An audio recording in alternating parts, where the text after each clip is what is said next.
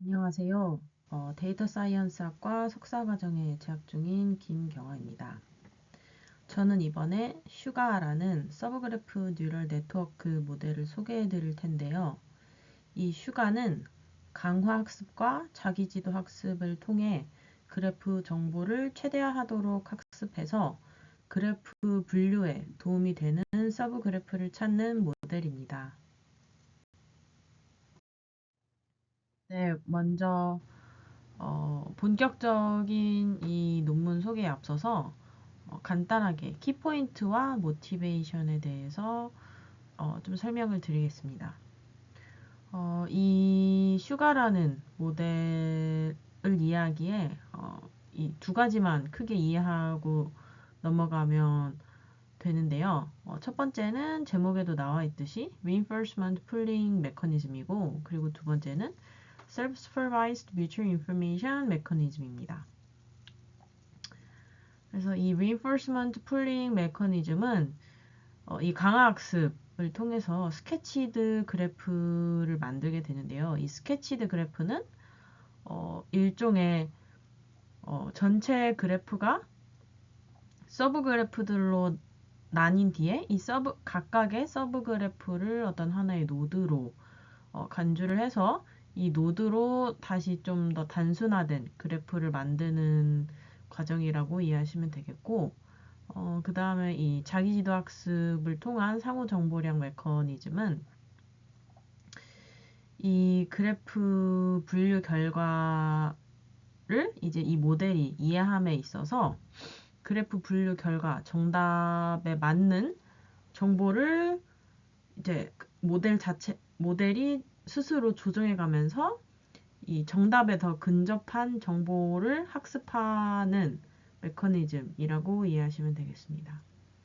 그래서 이 모델을 만들게 된 연구진들이 왜 굳이 이 그래프 분류 태스크에 도움이 되는 서브그래프를 찾는 이 모델을 만들게 됐냐면, 우선 그래프의 특성을 나타내는 로컬 서브 구조, 그래서 이 논문에서는 서브 그래프가 되겠죠. 그래서 이 서브 구조를 포착을 하는 것이 그래프 분류 성능을 높이는데 더 도움이 된다고 생각을 했고요. 그리고 기존의 이 GNN, 그래프 뉴럴 네트워크를 활용한 이제 representation learning 모델들은 어,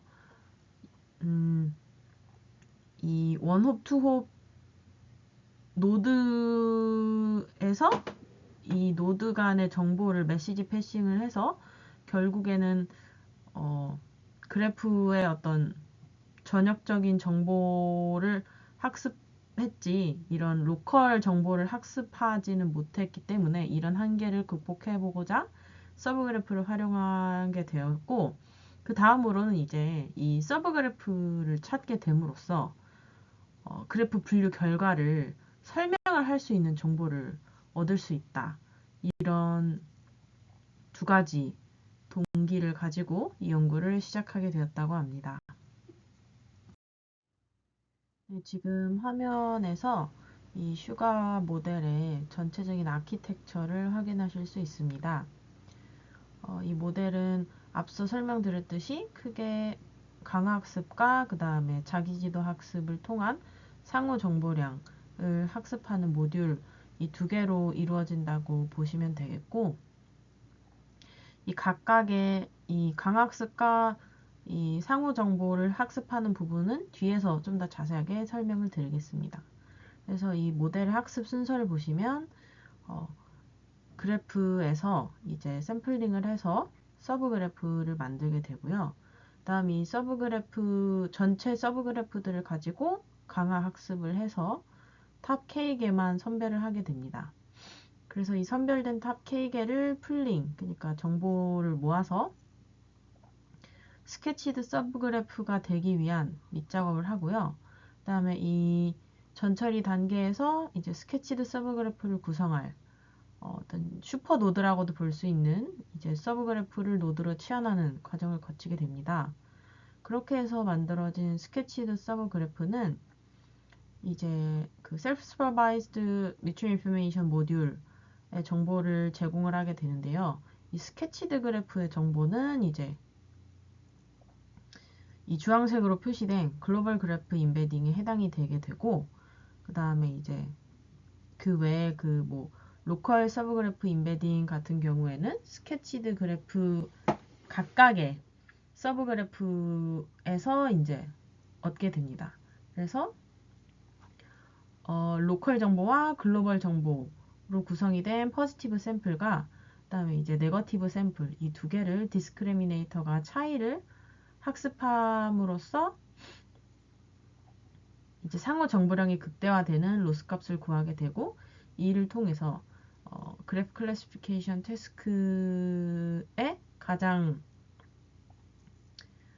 도움이 되는 그 분류 성능에 도움이 많이 되는 서브 그래프를 찾아내게 되는 것입니다. 한 가지 특이한 점은 이제 이 연구자들이 네거티브 샘플링을 할 때 그러니까 이 스케치드 그래프를 만들게 되는 원래 그래프 G와 이 G와 전혀 상관이 없는 아예 다른 그래프에서 뽑아낸 데이터로 네거티브 샘플을 구성을 해서 학습을 했을 때 원래 그래프와 다른 그래프에서 뽑은 네거티브 샘플 중에서 아예 다른 그래프에서 네거티브 샘플을 뽑아서 이제 모델을 학습한 경우에 좀 더 성능이 잘 나왔다고 합니다. 앞서 설명드린 아키텍처의 순서대로 우선 슈가는 먼저 서브 그래프들을 샘플링하고 인코딩하는 과정을 거치는데요. 이 과정에서 이제 이 그래프 내부의 정보를 여러 수준에서 보존할 수 있게 되는데, 개별 노드 수준, 서브 그래프 수준, 그리고 이 서브 그래프들 사이의 관계까지 계층적으로 정보를 보존하게 됩니다. 그래서 우선적으로 서브 그래프 샘플링을 할 때는 먼저 그래프 안에 있는 노드 중에서 이제 디그리가 높은 상위 n개의 노드를 뽑아서 중심 노드로 선정을 합니다. 그 다음 이 각 중심 노드에서 BFS 탐색 방법으로 최대 크기 S 제한에 맞는 서브 그래프들을 정의를 하게 됩니다. 다음으로는 이제 이 각 정의된 서브 그래프들을 인코딩 하게 되는데, 이 과정에서는 일반적인 그래프 뉴럴 네트워크 인코더로 계산을 하게 되고요. 그런데 여기서 중요한 거는 이제 각 서브 그래프 안에서도 어떤 노드가 더 핵심적인 역할을 하는지 알기 위해서 서브 그래프 내부에서 이제 어텐션 메커니즘을 사용해서 노드의 노드 중요도를 반영한 다음 이 중요한 노드에 더 높은 가중치를 부여해서 이제 각 서브 그래프의 특징을 좀 더 효과적으로 반영해서 이제 요약하는 임베딩을 생성하게 됩니다. 그런데 이 앞에서 뽑힌 n개의 서브 그래프 후보들이 모두 그래프 분류에 결정적인 역할을 하는 건 아닐 텐데요. 그래서 슈가는 이때 강화 학습 기법을 써서 가장 중요한 서브 그래프들을 알아서 적응적으로 골라냅니다. 모델은 얼마나 많은 비율의 서브 그래프 후보를 최종 분석에 포함시킬지를 결정하는데, 이걸 이제 풀링 비율 K라고 합니다. 그래서 모델은 이 K 값을 조절해 가면서 여러 그래프 분류를 시도해 보고 분류 정확도에 따라서 보상을 받는 강학습을 진행하게 되는 거고요. 그래서 정확도가 올라가면 플러스, 떨어지면 마이너스 이런 식의 신호를 받아서 정확도가 올라가는 쪽으로 계속해서 반복적으로 학습을 하게 되고, 모델은 이제 주어진 각 데이터셋에서 가장 적합한 최적의 풀링 비율 K를 스스로 알아서 학습하게 됩니다. 데이터의 특성에 맞춰서 최적화가 진행이 된다고 보시면 되겠고요. 그래서 실제로 논문에서는 이제 PTC 데이터셋을 사용해서 K를 스스로 조절할 때와 그렇지 않을 때를 비교해서 결과를 보여주는데요.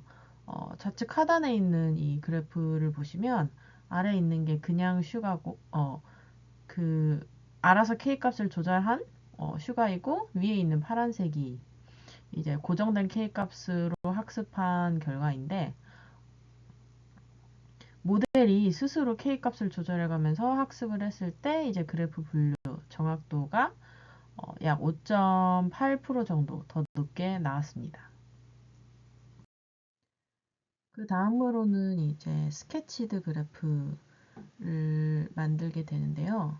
이 과정은 앞에서 이 서브 그래프 내부에서 먼저 의미를 파악하고 그 다음에 이 중요한 서브 그래프들이 모여서 어떻게 더 큰 구조, 그러니까 이 스케치드 그래프를 이루고 서로 상호작용하는지를 이해하는 과정에 해당합니다. 그래서 앞에서 이제 강화 학습을 통해서 중요한 서브 그래프들이 뽑혔고 이 서브 그래프들을 중심으로 더 간결한 그래프인 스케치드 그래프를 만들게 됩니다. 그래서 이거는 사실 이 서브 그래프를 하나의 슈퍼 노드로 취급을 해서 더 간결한 그래프를 만드는 과정인 건데요. 그런데 이 슈퍼 노드 간의 연결은 어떻게 정하게 되냐면 원래 그래프에서 이 두 개의 서브 그래프가 충분히 많은 노드를 공유하고 있다. 그러니까 미리 정한 이 B컴이라는 스레시홀드를 넘어가게 되면 이 두 서브 그래프에 해당하는 슈퍼 노드 사이에서도 엣지를 만들어서 연결을 해주게 됩니다. 그러니까 원래 그래프에서 관련성이 깊었던 이제 구조끼리는 이 스케치드 그래프에서도 연결이 되는 거라고 보시면 되겠습니다. 그 다음에 이 스케치드 그래프에서도 한 번 더 이 어텐션을 수행을 해서 이제 중요한 이 구조들이, 그러니까 중요한 서브 그래프들이 어떻게 서로 영향을 주고받는지 그 관계의 중요도도 학습을 하게 됩니다. 그러니까 앞에서도 말씀을 드렸었는데 이전의 강화학습을 통해서는 이 서브 그래프 내부의 관계를 봤다면 이번 스케치드 그래프에서는 이제 서브 그래프들 사이의 관계까지 보면서 기존의 이 그래프 뉴럴넷 기반 리프레젠테이션 러닝과는 다르게 아주 다양한 층위의 그래프에 대한 정보를 보존해서 학습을 하게 되는 장점이 있다고 보시면 됩니다. 네, 이제 마지막 단계를 거치게 되는데요. 그래서 앞선 과정을 통해서 얻은 서브 그래프 표현들이 정말로 의미 있는 정보를 담고 있는지, 너무 로컬 정보에만 치우친 건 아닌지 이제 점검하는 과정입니다. 그래서 여기서 슈가 모델은 이제 자기주도 학습 기법을 사용하게 되고요. 각 서브 그래프의 정보인 인베딩이 이제 자신이 속한 전체 그래프의 정보를 얼마나 잘 이제 담고 있는지를 학습을 하게 되는데 이 과정에서 이제 대조학습 방식을 사용해서 자기 지도 학습을 하게 됩니다.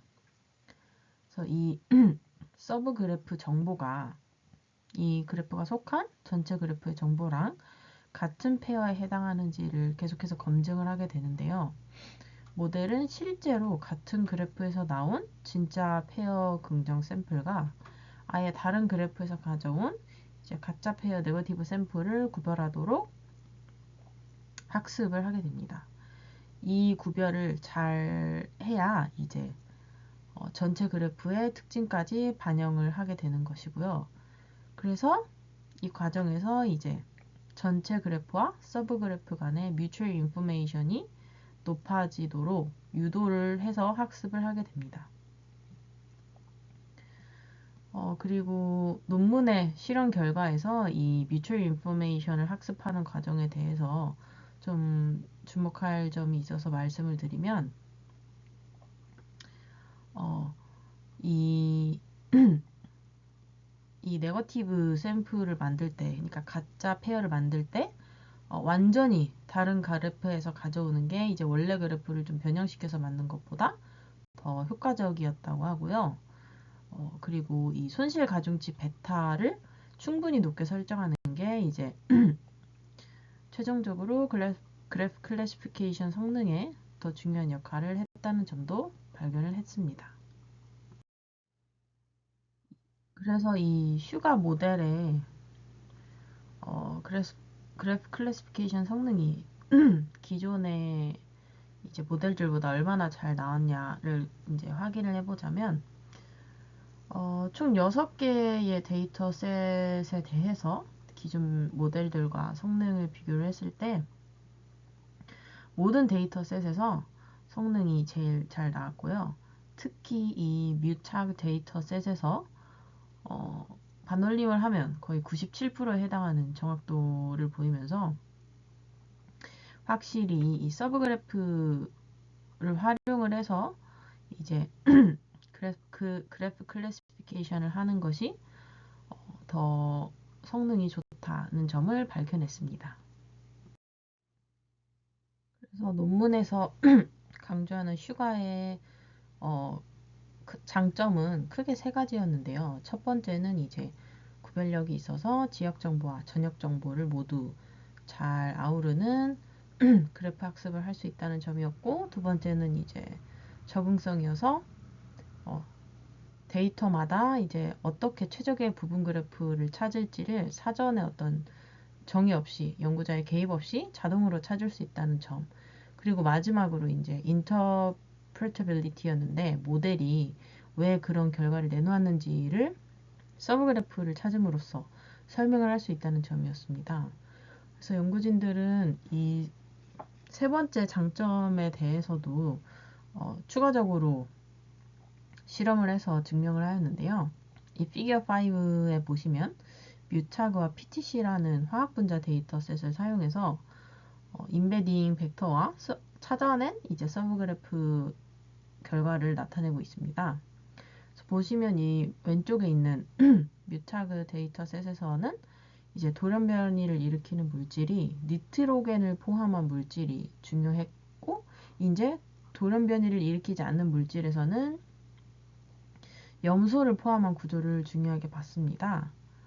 그리고 오른쪽에 있는 PTC 데이터셋에서는 이제 발암성 물질에서 특정 탄소 고리 구조나 질소, 황, 그리고 산소 원자들의 조합을 핵심 부분 그래프로 찾아냈는데요. 이 세 번째 있는 서브 그래프를 보시면 이제 뮤타그와 PTC에서 그 돌연변이를 일으키고 발암성 물질에 중요하다고 판단된 이 원자들이 포함이 된 것을 확인을 하실 수 있습니다.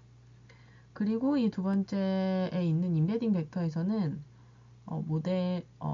모델이 강학습 단계에서 어떤 이제 후보들이 높은 점수를 받아서 선택되었는지도 확인을 할 수 있는데요. 그래서 이렇게 그래프 분류에 있어서 어떤 서브 그래프가 중요한지 그리고 어떤 구조가 중요한지를 이렇게 시각화해서 직접 확인할 수 있다는 점에서 이제 사람이 모델의 작동 방식도 이해를 할 수 있게 결과를 만들어 주기 때문에 이런 설명 가능성을 연구진들은 큰 장점으로 어, 꼽았다고 합니다.